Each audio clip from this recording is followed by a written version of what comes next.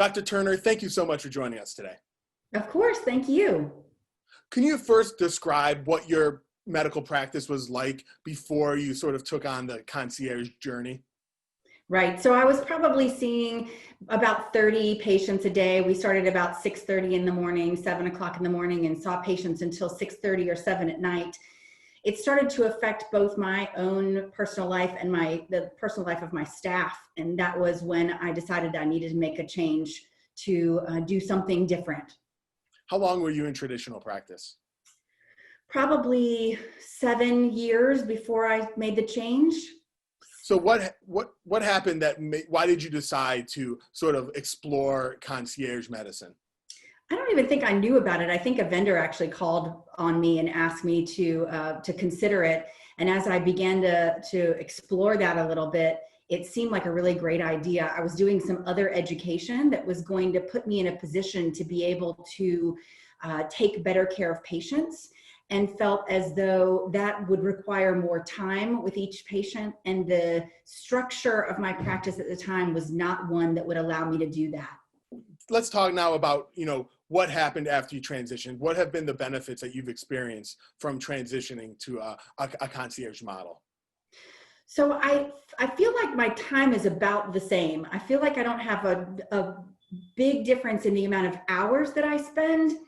However, that's partly because I do a lot of things outside the office. I'm doing some teaching and speaking and other things that are medical that I've been allowed to do because I actually have the time to do them. So I probably see 6 to 8 patients a day, depending on the season. And I probably take 8 or 10 phone calls a day, maybe not quite that many. But it does free me up quite a bit to pursue other things that I enjoy doing, such as teaching and speaking. Let's talk about the transition process a little bit. What was the biggest challenge you experienced during the transition? There were lots of challenges. I think you sort of get your heart broken. You have to realize it was about 3 years from the first time someone ever mentioned to me the idea of concierge medicine until I actually made the decision.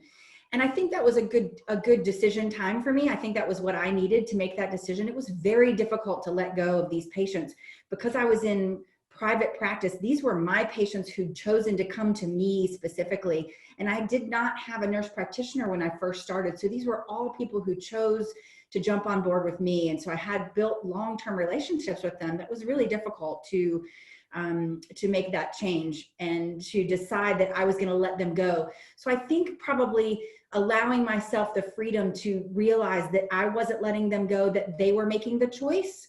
And that was a really helpful concept for me, was to realize that they were making the choice. The hard part then was to realize that they were making the choice, and they were making the choice not to stay with you. I think I was worried that I would not see the same demographic of people that I had seen before, and that really didn't happen. I think my practice today is about the same demographic as the patients that I saw before. So you'll be really surprised how many people actually choose to sign up that you would never have expected, and how many people choose not to that you were sure they were going to be part of your practice. I also was surprised at how many new patients off the street came to the practice, not from my original practice, not that they still weren't with me, but I did have 2 nurse practitioners when I went through my transition. So a lot of those patients went to my nurse practitioners who still see patients under the regular volume model. It was interesting to see the patients that did stay with them, and then to see the patients that came to us from elsewhere. So I have probably half my practice, maybe more right now, are new patients who came specifically looking for concierge care. If you could start over and go back in time and do the transition again, what would you do differently, and what did you sort of learn from that process? Probably a couple of things. I would definitely say to every single patient, I think this is a really good idea for you and me, and I want you to talk to so-and-so, whoever your transition person is. So probably that would be my first thing from the transition. I did this of my own accord, but I would definitely recommend it. And that is keeping track of the patients you think you want to scholarship until the very end. wait until the very end. Don't tell them, because so many of them will figure out a way to pay for it. And so keep your list. Don't tell them you're making, that you're going to scholarship them. Wait until the end, and then say, hey, surprise, guess what? I am actually going to keep you on, and here's how we're going to do it.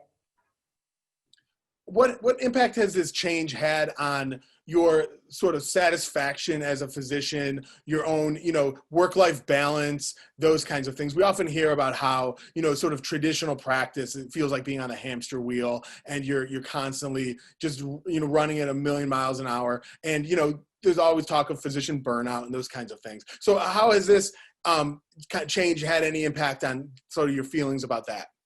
I think one of the reasons why we get so burnt out is because we get frustrated with day after day after day after day saying, you got to change your diet, and people don't change their diet. But if you're not sitting down with them and have time to actually explain what that means in detail, they're going to not go do anything different.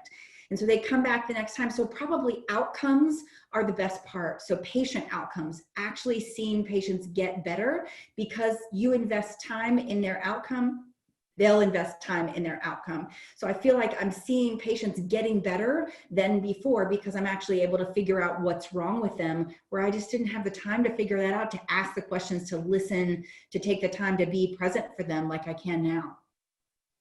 Let's talk a little bit about the vendor you chose to help you with the transition. Why did you choose that vendor, and how did they sort of help out the process? We did a lot of research. I say we, my husband is involved in the business. We did a lot of research in looking at several competitors and different models that were available. For me, I really wanted to keep the nurse practitioners that I had. They had already established several patient groups that they really liked and cared for. And I thought, why would I let go of that opportunity to keep them? And so part of it was wanting to keep the extra patient clients to be able to be part of that. And also, I love teaching. I love being, having those people and having a collaborative effort. And being by myself was a little daunting to imagine being by myself. It's nice to have that collaboration with other providers who are thinking about medicine and thinking about how do we take better care of patients. So that was part of it.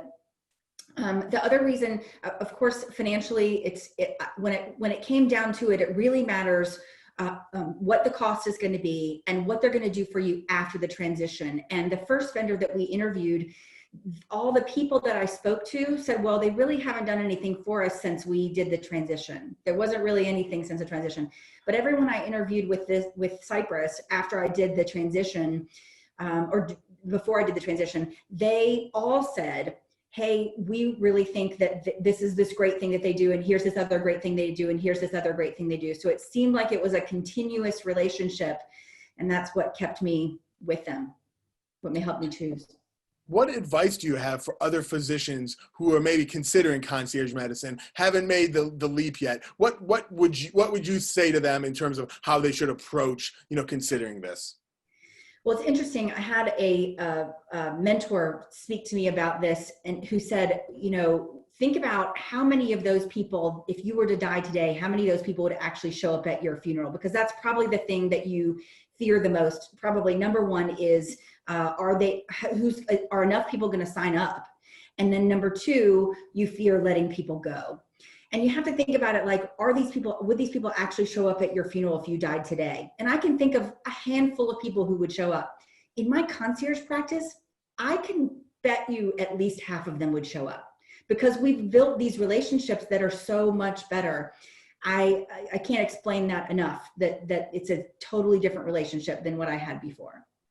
Mm-hmm. Wow. Well, Dr. Turner, this was great. Thank you very much for taking time out today to speak with me. My pleasure, Really Chris. appreciate it. Thanks so much.